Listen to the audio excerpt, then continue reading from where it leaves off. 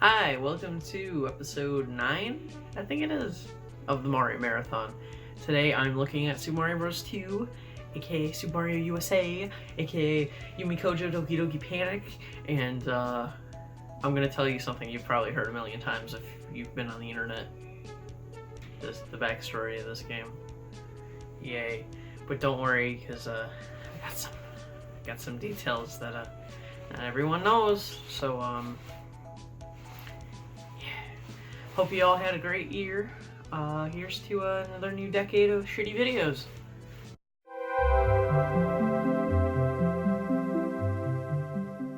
So there's this dude, probably some bozo, right? His name's Kensuke Tanabe. He got a job at Nintendo in '86 as a developer. He was asked to come up with a prototype for a Super Mario Bros. Style game. Not necessarily a sequel, but similar. The prototype was an experiment with more vertical level design, as opposed to Mario 1 and 2's horizontal level design. Enter Fuji TV.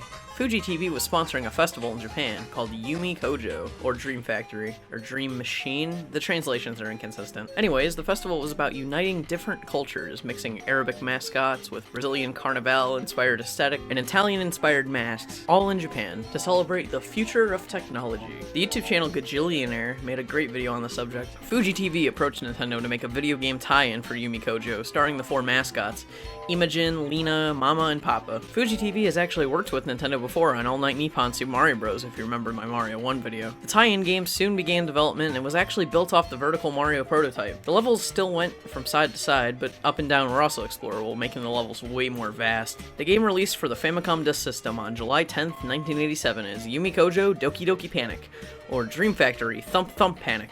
Or maybe Heart Pounding Panic? Japanese. I like this version of the game because the enemies scream. So if you saw my Lost Levels video, or if you've been around on gaming YouTube for the past 10 years, you know how the story goes. Japan's Mario 2, which would become the rest of the world's Lost Levels, was submitted to NOA for localization, but they thought the game was too hard. So instead, they got the delightfully devilish idea of reskinning Doki Doki Panic, which would never in a million years be localized outside of Japan otherwise, given its ties to the Yume Kojo's festival and all. They replaced the 4 main characters with Mario, Luigi, Toad, and Peach. They also refined the game a little, adding a run button, changing some sprites to be more Mario. You know, funny enough, the Starman, which was originally from Super Mario Bros., was actually already in the original Doki Doki Panic. Weird. This game was rebranded as Super Mario Bros. 2 and released on the NES in 1988. In the US, it was hugely hyped before it even came out, which was super uncommon in those days. I'm in line too, because the director of 2020 said, Stossel, I hate to ask, but you've got to help me get my kid a copy of Super Mario Bros. 2. When Nintendo Fun Club News rebranded to the legendary Nintendo Power magazine, what was on the cover and had a full World 1 guide in issue 1? Super Mario Bros. 2, bitch. It spawned a tie-in cartoon, the Super Mario Bros. Super Show, which is a beast I'd love to tackle another day. Mario 2, along with Zelda 2, were insanely hard to find in time for the '88 holiday season because of an alleged chip shortage. People would drive cross-country just to get these games for their kids on Christmas. They were huge. I'm inclined to be skeptical of this chip shortage explanation though, as Nintendo would later be known to have low stock of hot items that make things sell out faster. But that's conspiracy theory territory. Super Mario is back. He's blasting through worlds where no one has ever been.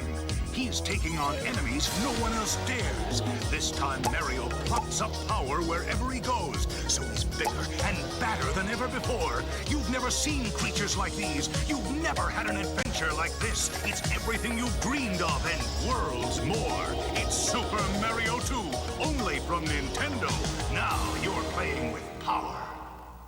So the story goes that Mario had a dream one night where he found himself at the bottom of a long staircase. Upon scaling it, he finds a door. When opened, he sees a world known as Subcon and hears a voice begging for his help in defeating the evil Wart. Wart is a big old frog dude who's the leader of a gang known as the 8-Bits. See, he's got this contraption called the Dream Machine and he's using it to create monsters to terrorize the Subcons. But who gives a shit, it's just a dream. So Mario wakes up the next day and tells his buds, Luigi, Peach, and Toad all about it. They don't care. The 4 of them decide to go into the mountains to have a nice little picnic. However, they find a staircase leading up to a door, just like in Mario's dream. So of course they all go in, which is where the game begins. The game gives you an option of playing as all 4 of these characters, but I'll go into that later. You start off 1-1 immediately falling from the sky. This shows you that the game is going to be a whole lot more vertical, just like the prototype.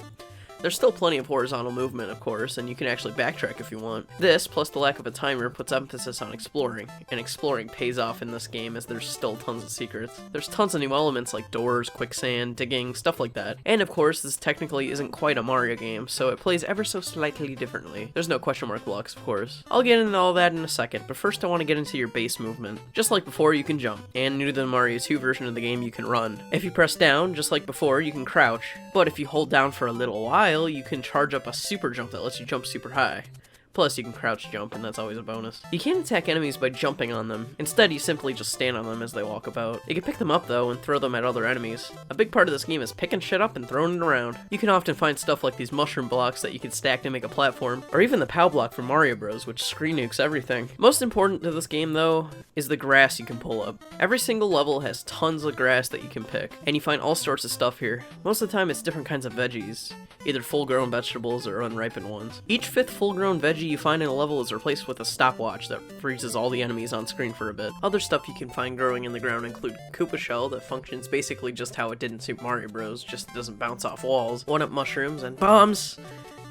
Yeah, you can use the bombs to blow up certain rocks. You might notice right off the bat that just like when you're Super Mario in the first game, you can have 2 hits as indicated here by this health bar in the top left corner. You also turn small when you get down to 1 hit point left, but this actually doesn't affect your hurt box because in Doki Doki Panic you didn't shrink at all. Just like before, if you get hit while small, you die.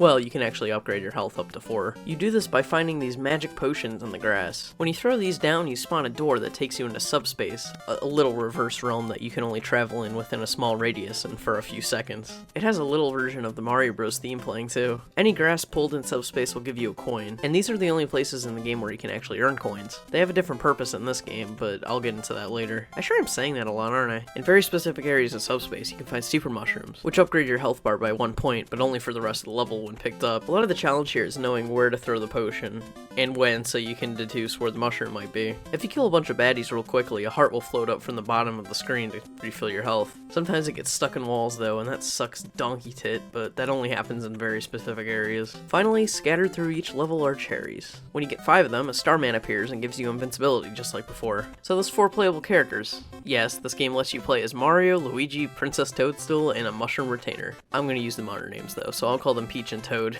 Actually, it's just a Toad. There's a character named Toad who has blue clothes but red dots on his mushroom. This game's Blue Toad would later appear in tons of adventures and was dubbed by the developers of New Super Mario Bros. Wii Buckenberry. Yeah. I'm just gonna call him Toad for this one. Each character has their own traits that set them apart from everyone else. Mario is well-rounded and plays pretty average on all aspects, where Luigi can jump the highest and he does this awkward little leg kick thing. When he charges up his jump, he can get to damn near the top of the screen. Toad has a super short jump, but he digs and picks stuff up super fast. He's also the only character that doesn't slow down his run while holding something. Then there's Peach, who has the absolute slowest pickup animation in the world, but to make up for it, she can float for about 1.5 seconds when the jump button is held. This can make some levels super easy, but also some mini-bosses harder. Rogues Gallery time! There's Shy Guys, your basic enemies. They come in red and pink. The pink ones just don't run off ledges, it's just like red Koopas. They can also ride on top of Ostros to go fast and hop, or Auto Bombs, which shoot fireballs at you. There's Bezos, which like to fly right into you. Can't forget Sniffets, who shoot projectiles. They come in different colors too, but that just determines if they hop, walk, or stay put. There's Tweeters, basically just the same as Shy Guys, but they hop a little bit, kinda lame. Hoopsters are little bugs that like to get in your way when you're climbing vines. Trouters are fish that pop out of water, but they also make useful platforms. My favorite enemies in the game are the Ninjas. I just like their design, honestly. In-game, they can just kind of hop around. Sometimes they chase you, though, and that can be scary as fuck. There's Cobrats, snakes that like to hide in vases. Vases can be used like warp pipes to find sub-areas, but tons of enemies that can also pop out of them, so watch out. There's Albatos, birds you can ride on like platforms. Pokies, these big cacti that you can defeat in pieces. Bob-ombs, which explode. Duh. You can sometimes find them in grass, though, ready to detonate, so be careful. Then there's Flurry, who does nothing but skate on ice. Some of these enemies are really lame, dude. Another enemy to be careful of are Panzers. These little plants shoot fireballs. Their placement is consistently a pain in the dick. There's Phanto, these floating masks that start chasing you throughout a level when you pick up a key it's guarding. You can use keys to unlock doors, of course. Once you unlock it, the Phanto leaves you alone, though. They also leave you alone every time you drop it, which is pretty funny. There's Porcupo, which serves only to get in your way, as you can't pick them up. Basically, this game's version of Spinies. Then there's Pidgeots, who ride on flying carpets. When killed, you could steal their carpet and ride on them yourself, which is pretty fun. And finally, there's Sparks, who go around platforms as an unpick-upable obstacle. There's 7 worlds in this game, each with 3 levels. Well, except World 7, which only has 2 for some reason. At the end of each level is some sort of challenge, either being a mini-boss or an enemy obstacle course. There's 3 variations of only one mini-boss. Well, there's another mini-boss at the end of World 7, but I'll get to that later. Anyway, the mini-boss is Birdo. She shoots eggs at you that you have to pick up and chuck back at her 3 times. There's a red version that shoots fire occasionally, and even a gray or green one that shoots nothing but fire. Fun fact, Birdo is trans.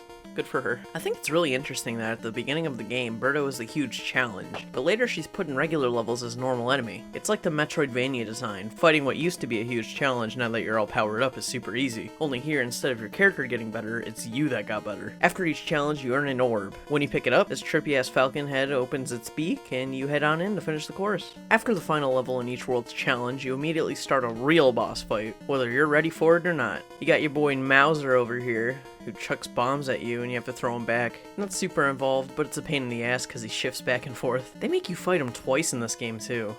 The only thing I remember Mauser for is that he had a weird French accent in the Super Show for some reason. You got Triclyde, who you also fight twice, but I didn't really mind it with him. He shoots fire at you and you gotta toss these mushroom blocks at him. You could also use the mushroom blocks as a shield. Then there's Claw Grip, or a Claw Glip. He throws poop nuggets at you and you gotta throw him back. Actually, he wasn't in Doki Doki Panic. Instead, he had to fight Mauser a 3rd time. Then there's Fry Guy. He's a fire dude you gotta drop mushroom blocks on, and then after a while he splits into tiny Fry Guys. These guys are total pests to get rid of. After each level is a slot machine, you can use your coins and earn lives. Each cherry god in the beginning of a line is a life, and if you get 3 of the same item, it's also a life. The amount of visual variety in this game is a real step up. You explore the mountains, desert, you jump over logs and waterfalls, avoid quicksand, throw enemies in quicksand, explore an icy area and make your way to a screen with whales shooting water platforms out of their blowholes. This game feels like a real adventure compared to the other games I've covered in this marathon. I love the old-timey look in the opening, by the way. It's got this 1920s rendition of the Mario 1 swimming music. Love it. Even with it being an improved version of Doki Doki Panic, this game isn't perfect. I haven't got footage of it, I don't think, but I remember when I used to play this game on original hardware, I got Nintendo'd all the time, getting stuck in blocks a lot, and thanks to the lack of a timer, I'd have to restart the whole game. This game also suffers from slowdown a lot. Look at this shit. Also, this game isn't super hard, but it is bullshit that it only has 2 continues. It's a pain. Nothing ruins the game outright for me, but this stuff is worth being aware of before playing.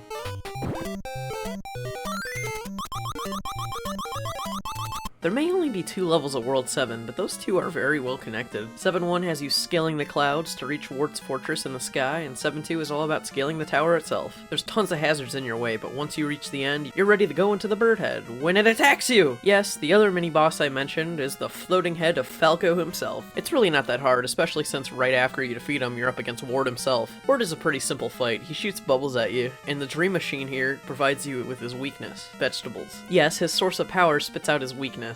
He's an idiot, what else is new? You obviously have to throw the veggies at him, but you can only do so when he's shooting the bubbles. It's super easy to cheese if you're Peach, because then you can just float behind him. Upon his defeat, you enter a door, and inside is a jar with a cork in it. You take off the cork, freeing the subcon that Wart captured. The game actually shows you how many times you played as each character, which is pretty nice. The subcons take Wart somewhere off screen, and then it's suddenly revealed that the entire game is part of Mario's dream. I remember for years people freaked out about this. Like, it makes sense, plus it's not like this is a story-based game, guys. Calm the hell down. And that was Super Mario Bros. 2.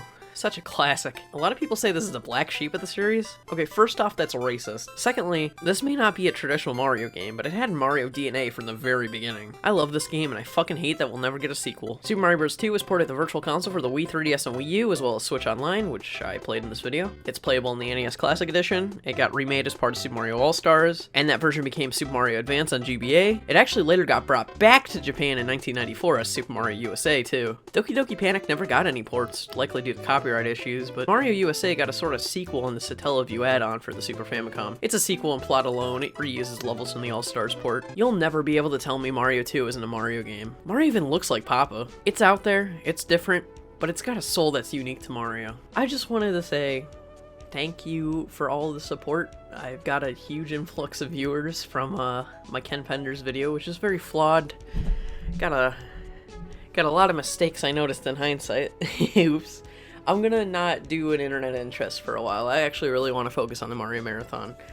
Next up is episode 10, and for that, I'm not gonna review a game. I'm actually gonna do a special on the Saturday Supercade portions. Saturday Supercade is about all kinds of arcade games, but there's portions dedicated to Mario-related games that I've covered. So I'm going to talk about those. And then for episode 11, I'm going to talk about Super Mario Bros. 3. For episode 12, I'm going to talk about Super Mario Land. And then episode 13, I'm going to be talking about all the excess games from the 80s that I haven't covered, like the Famicom and racing games and stuff. And then after that, I'm done with the 80s, and I'll probably take a long break. In March, I'm probably going to be off because I want to focus on my webcomic Alfie. I still got a lot of work to do on it, and I want it to come out in Q1 of this year, so it's probably going to come out in March, possibly April. I might have to delay it, I don't know, but the point is, I'm going to try to take March off. Final thing I want to announce is that I'm doing part 2 of my 10 years on YouTube. It's probably going to be called 11 years on YouTube, because I haven't made a new video in like a year. But, yeah, look forward to that. Please check out my Twitter. Please check out my buddy Josh McHipster. Please check out my DeviantArt, and please check out more of my videos. Yeah, subscribe if you want to. I'm not your dad. Fucking burn a Bible, skateboard, skip school. I don't give a fuck.